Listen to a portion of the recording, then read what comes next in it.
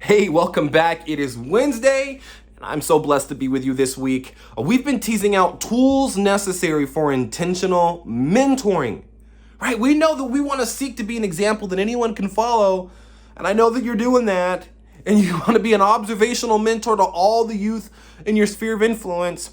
But see, those first two, that's just about who you are. That's just about you living out a life that anyone can follow, that children and the youth of your sphere of influence are saying, man, I want to be like that person when I grow up. But the intentional mentoring, now that one-on-one, personal, relational mentoring in the trenches in the lives of somebody else can be a little daunting, can be a little scary. This past Sunday, I talked about get to know them, reach for their heart. That's what we're teasing out this week. Open the Bible with them, work on their goals, take time to pray with them, and hold them accountable. But see, when we reach for the heart, I needed to tease that out with you day by day by day, because the heart is at the root of all things. Jesus himself said that from the heart, the tongue overflows, right? Jesus is here to save souls. He came to seek and to save that which were lost. He came for the condition of a person's heart. He told the Pharisees, you're so concerned with your outward appearance while the inside is filthy. A person's heart has always mattered to God, and so it's got to matter to us. H is we hear and validate them. We hear and we step into the world and we validate that they're not crazy for feeling the way that they feel, and we validate that it's okay for them to feel that way. We encourage and challenge, because we can't be all encouragement and no challenge. We can't be all challenge and no encouragement. And today is the A. We accept and allow them to fail. I got a little personal testimony here. I can remember about 2016 actually. It was 2016. My daughter graduated high school. She's a senior in high school in 2016. And she fell in love deep her senior year. They're married. Jay is a wonderful husband to my daughter, a wonderful son-in-law for me. They've got a family now. It's a beautiful, beautiful thing. But it wasn't for me. No, because some other man had got my daughter's heart. And she was starting to change, and she was starting to make decisions that I didn't agree with. She moved out the house outside of the will of her mother and I.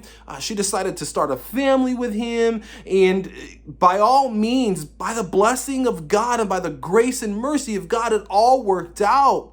But I wanted to control her decision. No, you can't move out. No, this is not. What are you going to do? You've never lived outside of the house. The first thing you're going to do is move in with another guy. Or how are you going to provide for my daughter? What's happening? Why? There's no way. And I was devastated.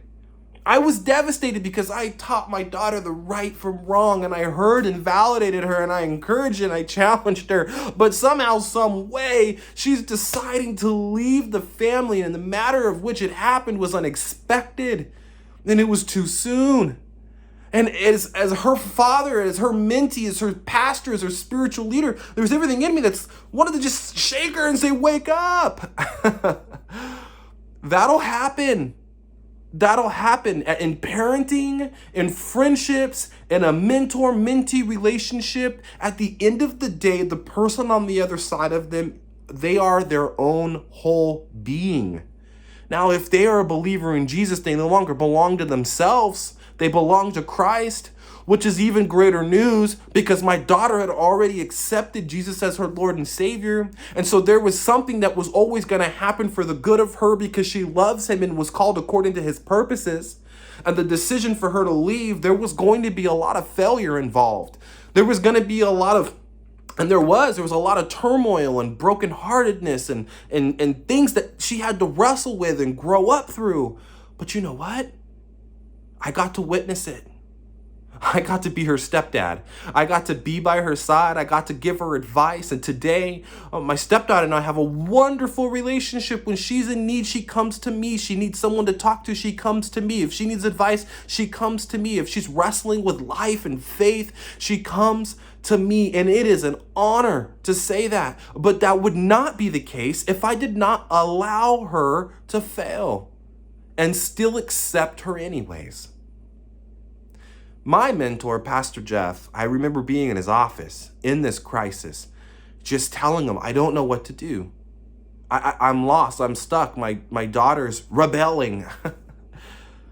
And he just looked me in the eye and said, accept and allow her to fail and love her anyways. Can you do that? Of course I can. Because that's my love. That's my girl. It's the same is true for our mentoring relationships. Our mentees are going to do things that are outside the scope of what's best for them. But sometimes success only comes after several attempts of failure. Be gentle, accept the people, allow them to fail. Remember that you're entering into their world so that we can enter Jesus into their world.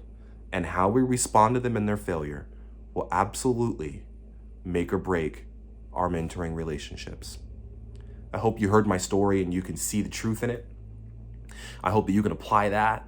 And as you are in that space of recognizing how much God accepts and allows you to fail, that you'd be willing to do the same for those who you are intentionally mentoring. God bless.